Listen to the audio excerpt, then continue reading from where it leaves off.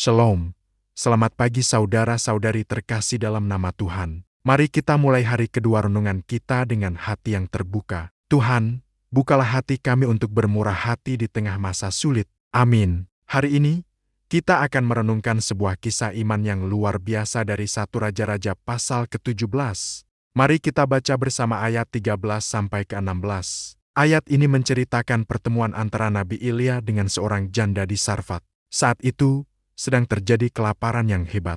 Ilya meminta janda itu membuatkan roti untuknya terlebih dahulu dari sisa tepung dan minyak terakhir yang ia miliki. Sekilas, permintaan Ilya mungkin terdengar egois, bukan? Tapi mari kita lihat lebih dalam. Perkataan buatlah roti bundar kecil dahulu bagiku sebenarnya bukanlah tentang keegoisan Ilya. Ini adalah sebuah ujian iman yang mendalam bagi sang janda. Ujian tentang prioritas. Apakah ia akan mendahulukan firman Tuhan yang disampaikan melalui nabinya?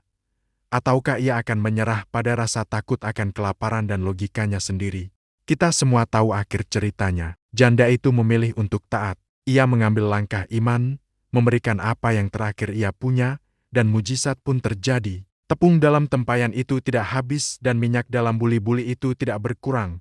Tepat seperti yang telah difirmankan Tuhan. Apa artinya ini bagi kita hari ini? Pesannya sangat jelas, jangan menunggu berkelimpahan untuk mulai memberi dan melayani Tuhan. Seringkali, kita berpikir, nanti kalau saya sudah punya banyak, baru saya akan memberi. Nanti kalau hidup saya sudah stabil, baru saya akan melayani. Tapi kisah janda Sarfat mengajarkan sebaliknya. Mujizat seringkali justru tersembunyi di dalam sisa yang kita miliki. Di dalam keterbatasan kitalah, kuasa Tuhan menjadi nyata. Bayangkan sebuah biji gandum. Jika biji itu hanya disimpan rapat-rapat di dalam lumbung, ia akan tetap menjadi satu biji gandum. Ia tidak akan pernah bertumbuh atau berlipat ganda. Tapi ketika biji itu dilepaskan ditanam ke dalam tanah barulah ia bisa bertumbuh, menghasilkan ratusan bahkan ribuan biji gandum yang baru. Memberi itu seperti menanam. Kita melepaskan apa yang ada di tangan kita ke dalam tanah anugerah Tuhan, percaya bahwa ia sanggup melipat gandakannya.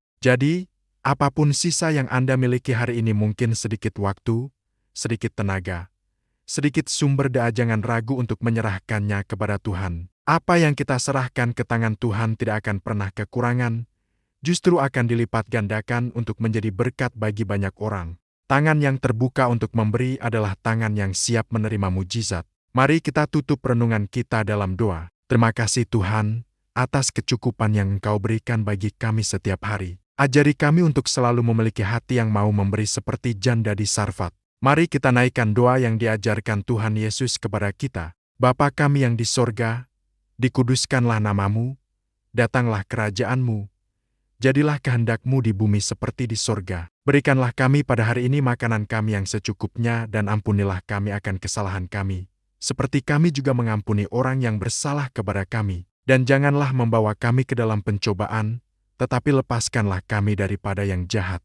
Karena Engkaulah yang mempunyai kerajaan dan kuasa dan kemuliaan sampai selama-lamanya. Amin. Terimalah berkat Tuhan, Tuhan memberkati engkau dan melindungi engkau. Tuhan menyinari engkau dengan wajah-Nya dan memberi engkau kasih karunia. Tuhan menghadapkan wajah-Nya kepadamu dan memberi engkau damai sejahtera. Dalam nama Bapa, Putra, dan Roh Kudus. Amin. Terima kasih sudah mengikuti renungan hari ini. Jangan lupa untuk like, share, dan subscribe channel ini agar Anda bisa mendapatkan renungan harian yang menguatkan iman setiap hari. Tuhan Yesus memberkati.